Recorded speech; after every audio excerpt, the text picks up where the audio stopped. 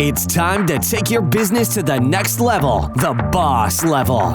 These are the premier business owner strategies and successes being utilized by the industry's top talent today.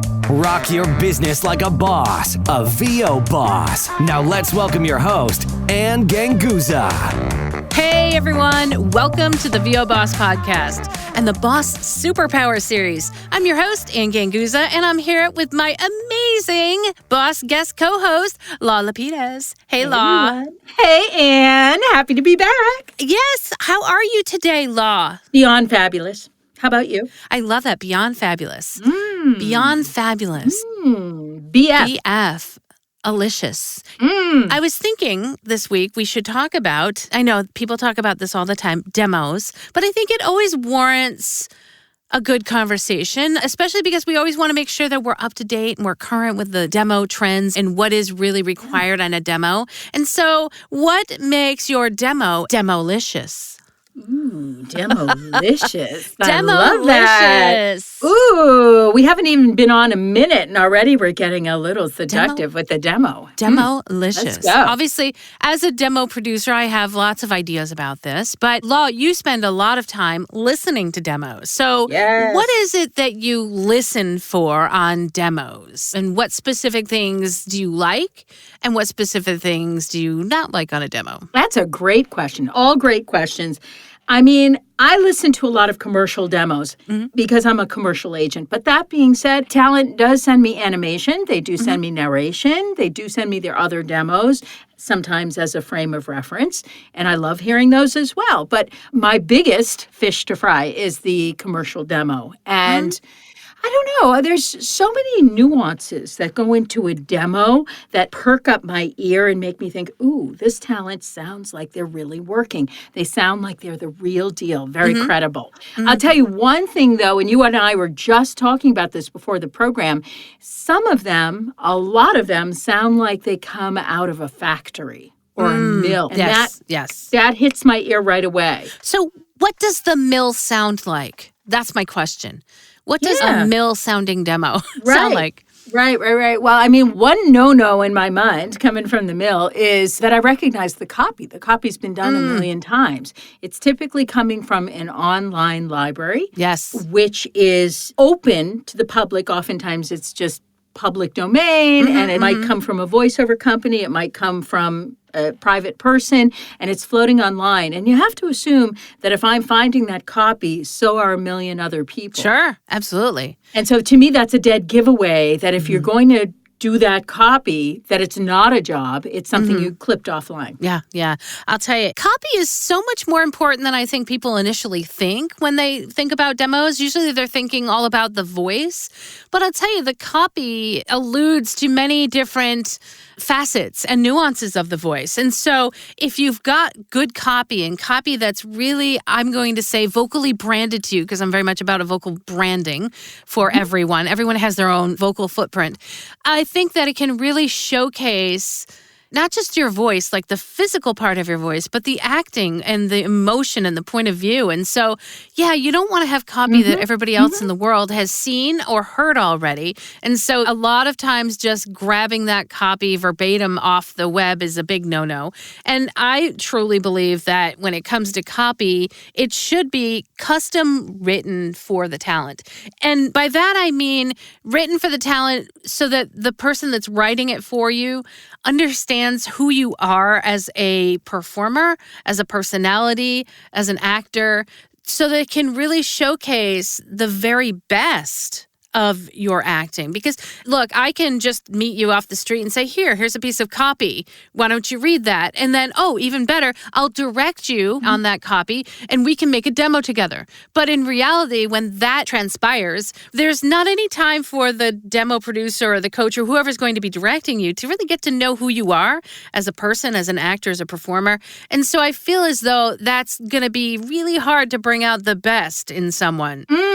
Absolutely. I really believe that there has to be a relationship between the copy, the demo producer, and of course, the person who's going to be voicing that copy. And it goes without saying, but I'll say it. you really need to work with a team. Like I can hear it if you're self-producing something. Well, okay, if you're a high-level professional audio engineer that's been working in the industry for a million years and you understand the standards. But so many people coming into this, Anne, are really just saving a buck by being in the garage and trying to do it themselves. So you need to have a team in place where you've got your coaches directing, booth directing, you've got your engineer, you may have a professional friend there guiding as well. So you've got this team approach to what you're doing just to pick you up on any mistakes that might be made, along with finding your vocal branding, because we can't always know that on our own. Yeah, and I will say, you brought up a really good point about people trying to save a buck. So here's the deal. Yeah. I think in order to be a successful voice actor and a successful voice business, you really need to be able to show off your product. And your product obviously is your voice. And what is showing off that product? Well, that is a demo. So why wouldn't you want to invest in something that is so crucial to your success as an actor and as a voiceover business? I mean, really, I encounter it all the time. To be honest, it's frustrating only because I've been a business for a very long time. And I think that you and I have talked about it multiple times, Lau, about how you need to really invest in your business. So people coming into the business wanting to just do the quick and cheap thing to get into the business and start making money, I think that's, first of all, just not a great start to your business at all. Not a great way to even put step one into your business. So understanding that it is an investment and that it may not be cheap. And sometimes when you invest cheaply, that's what you get out of it. That's right. Who wants to go around and saying, here's my cheap product, would you like to buy it? Even though I hear that all the time. I know. Yes. I want to feel that my voiceover product stands on its own and the demo is my showcase of it. Exactly. I always say what you put into it is really what you're going to get out of it. And so you have to consider, what am I investing in terms of my time, my energy, putting together a team, my investment. You have to really set that out in front of you. I also wanted to say that when I get a demo, I want to hear your strongest suit up front. I really do. Yeah. I'm hopeful to listen to the whole thing. Sometimes I do listen to the whole thing just because I enjoy listening to demos, but sometimes I don't. And so I want to hear the best, strongest brand that you do up front in the event that people like me are just not going to get through the entire demo. And it sounds like, well, how could you not get through a minute? It's only a minute. Well, if you get 20 or 30 or 50 at a time, that really adds up, right? So put it at the beginning. It's like, I know you can do Shakespeare, but don't put that at the beginning. Put it at the end if you want to do that. You know what I mean? In acting, we call it a stretch. Don't do stretches at the beginning. If you want to house the stretches internally, you can house them internally. And what I mean by a stretch is work that you're just not getting that often, or you haven't landed yet, or work that you aspire to get.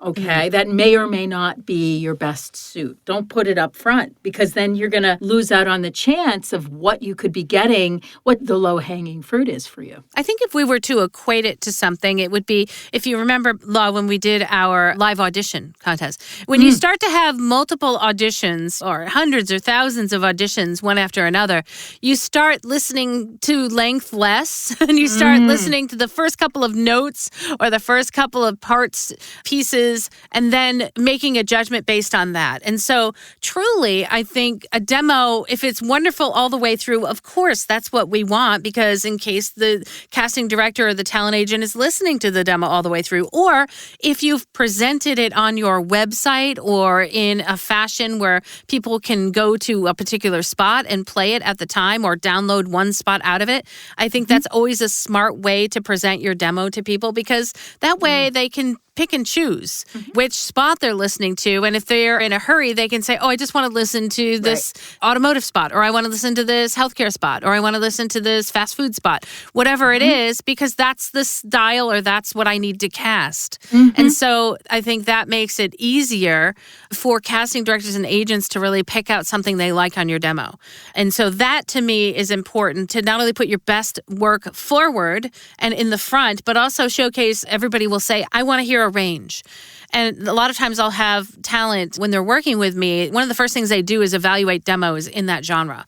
And basically they'll tell me what they like, what they don't like, what they might want for their own demo. And we'll evaluate how variable are the spots. Inevitably, someone will say, what I really like in a demo is that I want there to be range. And range, I think we've talked about this before, in my eyes, is range in acting, not necessarily range in voicing or voices. Because I think if you're a character actor, yes, you can have a range, maybe pitch-wise in your voice and texture-wise and character-wise. But I think in any other type of demo, like in a commercial demo, which you're listening to all the time, right? There has to be a range of styles on those spots and a range of acting that you can showcase, like right up front. Absolutely. And I want to tell a story. Like, this is a story that you're telling. And I want to go on a journey. I don't want the beginning to be the same as the end. I want to go somewhere. And actors talk about this all the time, like great actors, great directors really talk about this, is give me an element of surprise. Give me a moment of danger. Give me a feeling of unknown. Let it not be so formula, so patterned, so sing-songy. And I don't necessarily mean mono-patterned. It doesn't have to be one tone. It could be like a monotone. It could be a mono-pattern where it just becomes something that I'm hearing all the way through. Yeah. And it kind of sounds the same. It kind of has the same feeling. And it turns into Mary Had a Little Lamb after a while. Do you know what I mean? Yeah, so I absolutely. know how to anticipate that. I know how to expect that. It's not wrong or bad. It is a cliche choice. It is a common mediocrity-driven, lazier choice to not work with a team that says, let us get to know you. Let us get to know your voice, your mindset, the kind of work that you do, so that we can amplify and really elevate the kind of material we're creating for you, so that you can have a dynamism that the guy or gal next to you is just not going to bring to the table. That's worth it. That's always worth the money. That's really your brand. It's like, Absolutely. What makes you dynamic? What Absolutely. makes you unique and artful? What is it? What makes you unique? What makes you different? And I think you hit the nail on the head when you said that when you're working with a team that doesn't necessarily know you, not only are you paying for a demo, but you're also, I think you have to realize that you need to have time to get to know the team that's going to produce that demo. And that team needs to have time to get to know you in order to do things effectively. And I think a lot of talent just think, oh, I want to record my demo by the end of the month. Is that possible? I'll always be like, well, first of all, there should not be necessarily a time frame on it right now. A demo to me is, of course, it's a production, but it is a story, as you were saying, Lau. It's a storyline. It's a musical piece. It's something that should tell a story from beginning to end. And that's not something that can be done overnight. Like I said, it's not something that I can just hand you scripts and say, here, I'm going to direct you to this particular read. I want to be able to get to know you a little bit, to know what makes you tick, to know what you connect with, so that I can bring the fullest art form of you to that demo. So absolutely, I think your strong suit up front, then definitely range. What about length of demos? Because that's important, Lau. And I think every demo genre is different with this. Okay, so may piss off a few people here, but I like less is more. And this is coming from a more is more kind of person. Like, I'm a lengthy person. I tell a lot of stories. I use a lot of words. I write a lot. But when it comes to your demo, that's like your portfolio piece for business. We know in business, we want quick. We want pithy. We want to make it through. We want a bite. That's what we want. We want to have a bite. So I am still of the mind that with a commercial demo, it really shouldn't be longer than 1 minute. 1 minute is more than enough. However, I think the newer thing that I've seen coming down the pike has been the 75 to 90-second demo. I've even heard 2-minute demos coming back, and I think it's a grave mistake. For commercial? For commercial. Yeah, I think it's a grave mistake. Interesting. Again, it's not bad, it's not evil, it's not wrong. It's just the fact that I can't get through it. I don't have time to get through it. So why do it? Why not say, let me make this a teaser. This is a teaser. This is to get me in the door, into your office, into your roster, into your mindset. This isn't everything I do, everything I'm about, everything. Because we can't do that in a relationship. We offer the best up front. We offer it quick and dirty, I like to say. And then that starts the conversation for what else you can do. I always say to voiceover talent and to actors, when you're creating a relationship with a new agency, they don't know everything you're about. They know one thing you do really well that they loved and they want you for. Then, if the relationship works, they're going to learn about other things that you're capable of doing if they want to. But it's that one credible moment, that one credible thing, whatever that is, that got you in the door that's going to get you the work. It's not a whole 2-minute, I can give you every vocal sound and impression that I can do. So I'm in agreement that for commercial, absolutely. I've heard some trending and demos being a little bit longer and the spots being a little bit longer. I personally feel that your demo, the length of it should be dependent upon who you're going to distribute that demo to. Number one, I think if you have a demo that sits on your website, it can absolutely be longer than a minute, but only if you separate it out into individual segments, right? On the demo. I love that. Or on the website so that people can pick and choose which spot they want to listen to. And I think that will serve the people that come to you online very well. You'll have a long variety, a bunch of different commercial spots that they can look at and pick and choose and listen to, depending when it's convenient for them and however much time they want to spend, they can spend on it. But if you're submitting that demo to an agent, I do believe that you have to take their time into consideration. And so I'm of the thought that you could have a couple of versions of your demo. One is one that you will distribute to your agent, right? And then let them work with that demo. And then if you're going to have one sit on your website, you can absolutely extend that demo and have longer demos. And I'm a big believer for narration demos because of the way people buy for corporate, right? I'm not saying agents don't look at corporate. A lot of agents will take both your commercial demo and your corporate narration demo, but a lot of agents are typically concerned with the broadcast usage of spots. So it's commercial, promo, animation, anything that is going to obviously really determine like how long, where, and could they get paid again for it, right? That's why agents are, that's why you're in business, right? You're in business to make that money. However, I also have booked from my agent, I book corporate work, but that's a one-shot deal for the most part. And so for the agent, it's not necessarily like their big money maker. However, you can still submit that demo. And that demo, I believe, because of the genre, can be longer. And most of my demos can be anywhere from 1:30 to up to 2 minutes for narration. Again, because I know that the audience, it's a longer format genre, number one, so you can have a little bit longer spot length and a little longer overall length. And then also you're going to probably be distributing that on a website. And again, like I say, I always break that up into independent spots. And also those independent spots are really easily transferred to a pay-to-play online casting website. So you can just, if somebody's looking for a particular style, boom, you've got it. You can just send them the one spot. I really love the a la cartes, I have to say, because I get a lot of web links and I'll quickly go as long as it's a one-click navigation. That's something I wanted to say too in regards to your demo and your online profile stuff. Try to make it a one-click navigation for folks in the industry because they don't want to sift through your website. Yeah. And I know a lot of the newer websites, which actually look phenomenal. I got to tell you, they're really exciting to look at and super fun. I don't want to scroll forever. Just so you know, I'm going to scroll once and I'm not going to scroll again. It's not because I'm lazy. It's because I feel like I've seen enough after one scroll. Some of them are 3, 4, 5 scrolls to get to They're a very contact. long. Yeah, don't do that. I would keep everything again up front. But I like the a la cartes because there are times where I love someone's demo and then, ooh, I see the a la carte. Those are the individual pieces that are the extended, maybe the full length of the job. I like, oh, she's doing a seductive bagel. I have to hear that. I just have to. And then I'll click on it and hear the whole bagel spot. And so those are great, whether you're initially sending them in with a demo submission or they just live on your website. That's kind of your choice. But just know people will go to those at times and listen to those and have a lot of fun. But in the initial submission, I oftentimes won't do that just for time's sake. I'll say, ooh, let me pop on the demo. Let me listen to 10 seconds and see if it's worth pursuing. We know that fast. Now, I think also it's worth mentioning that, kind of going back to the copy a little bit, that the copy on your demo should be relevant and current.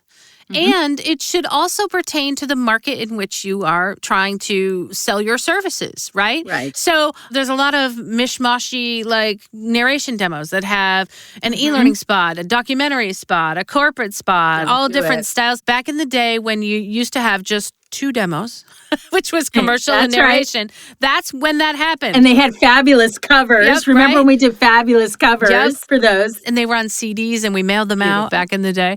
But yeah, there used to be the 2 demos. Now, of course, as we've evolved, right, I think that demos are much more target marketed. And again, I think it helps you to reach your audience quicker. So if you have a commercial demo, you might even split that up into different types of commercial demos. So for example, I've been in the business a long time. So I have a typical commercial demo, but I also have like a fast food commercial demo. I also have a commercial automotive demo. And so really, again, narrowing down targeting so that you can market to a particular client. And I think that really helps. And then for narration, I think you absolutely need to break out those narrations into, there should be a separate demo for your corporate demo. There should be a separate demo for your e-learning, a separate demo for explainers, a separate demo for medical.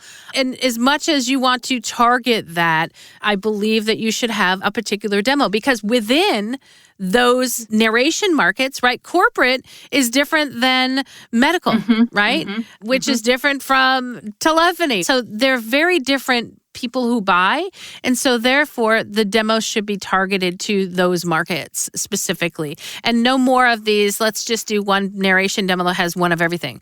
And a lot of times when I am having people go and assess demos with their first exercise with me, they'll come back with doing a corporate narration demo analysis. And they'll be like, well, I don't understand why this biography was on this corporate demo. Are they talking about a company at all? Like, does that have any? Because that is, again, missing the mark on who your audience is. That's right. And it's not that we don't care. It's not that we're not interested. Don't run on that assumption at all. It's that we have a targeted client base in mind that we are appealing to. Those are our clients that we're trying to market and sell you as the talent to. If it's a Wayfair or something, they're just not interested in an animation track to listen to. It's not that they don't think it's cool and amazing that you've done it. And you've showcased your voice that's really the well. Ethos. Yeah, that's the ethos that a lot of agencies will sell on and say, oh, our people, they're top in animation, they're top in the commercial world, they're top. But then the client base is really targeted and very specific oftentimes. I love the fact that you said, keep that content updated. Make sure nothing is obsolete. And whatever's a trending topic in corporate. I use corporate because it's a great example. What's trending? Net zero, sustainability, corporate diversity, inclusivity, corporate responsibility. Those things are huge. Climate change, huge topics for companies because that's how they want to get people on board with their brand so that they can obviously sell services and products too. And this is why, Anne, you can't take something from online and within a month or two, it's already getting old and obsolete. It's okay for a rehearsal read if you're in a class or you're in studio with a coach or, it's in-house.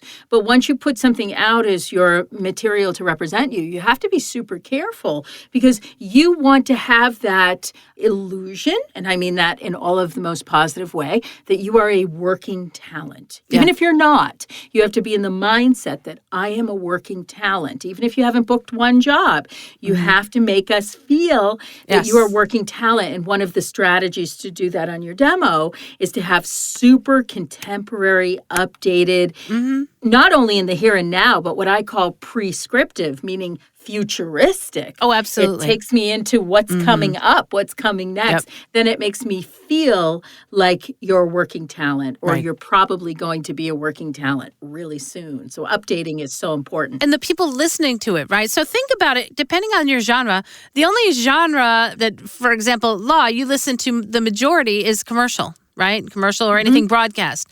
Think about all the other places where you're going to be selling your voice. I mean, medical narration or corporate narration or documentary narration or animation or radio imaging. So really think about who are the people listening to that demo. I mean, they're just as busy as casting directors sometimes, right? So everything that you're saying, Law, for the casting director and talent agent is correct. Like, you want the best stuff up front.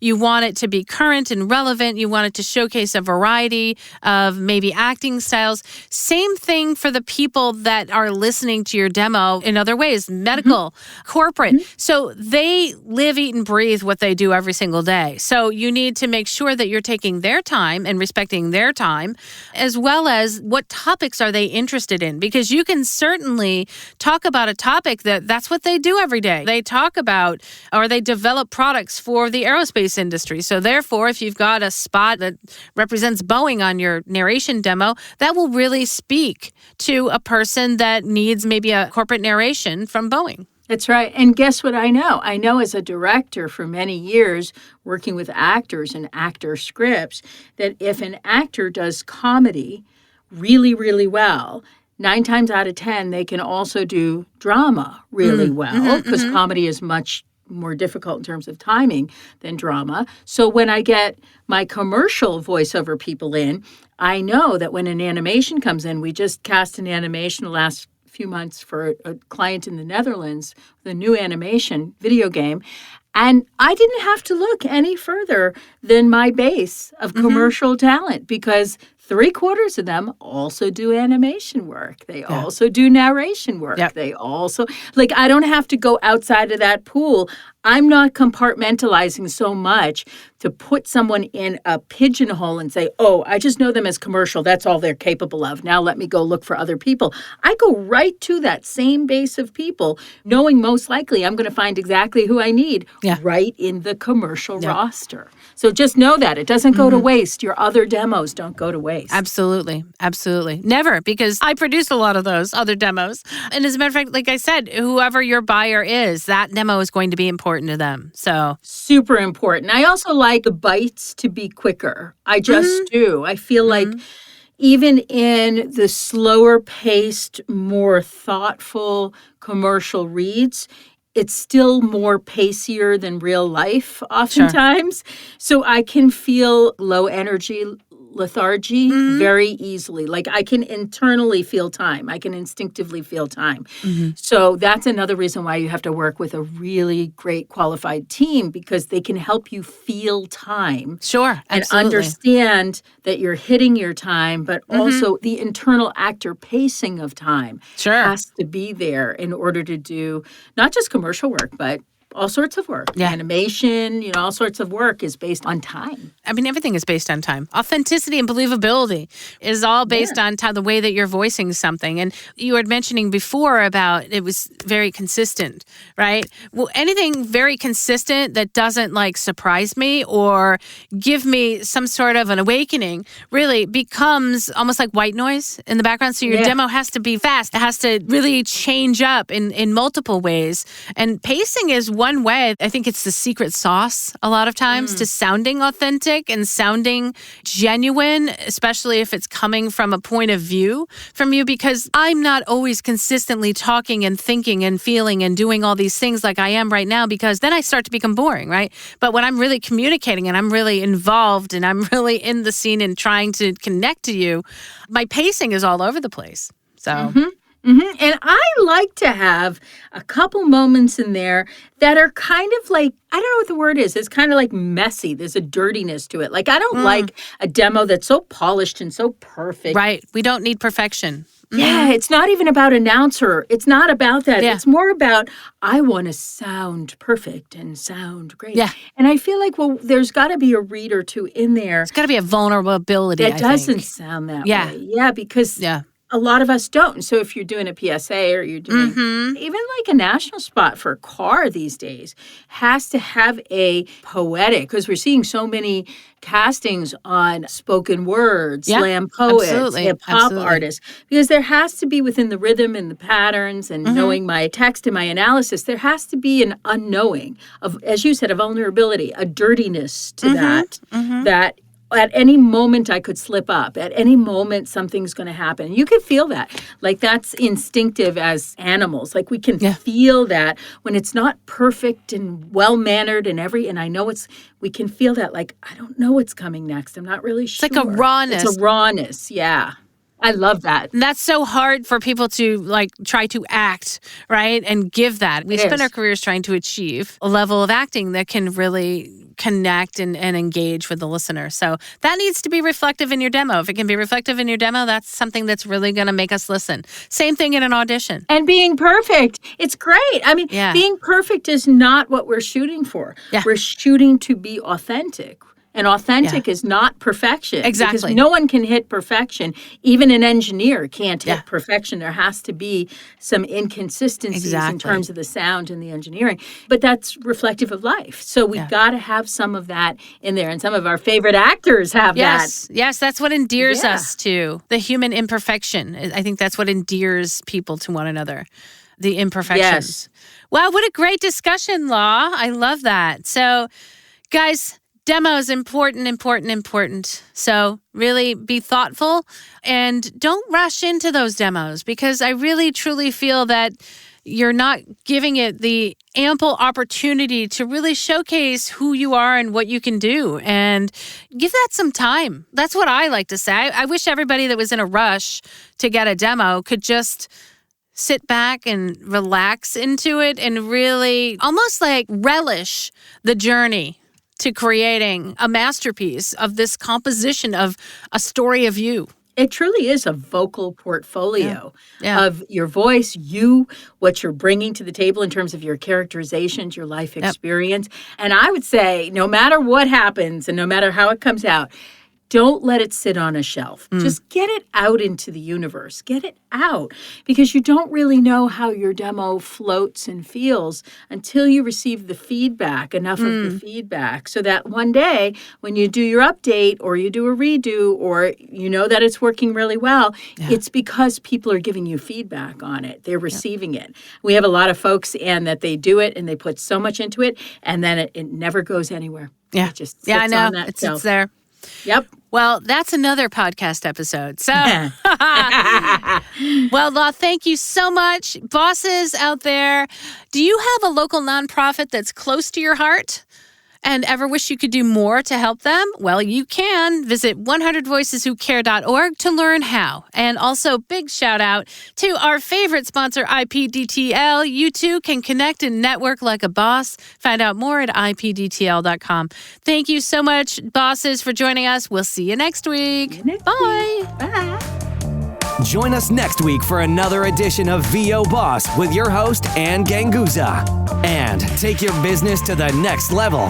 Sign up for our mailing list at voboss.com and receive exclusive content, industry revolutionizing tips and strategies, and new ways to rock your business like a boss. Redistribution with permission, coast-to-coast connectivity via IPDTL.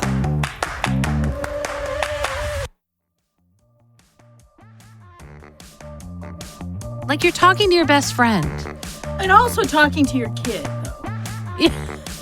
And also maybe talking to your husband. But also I need more smile, and I need you to emphasize the word on sale now. Emphasize those words, right? But yet, like you're talking to your friend.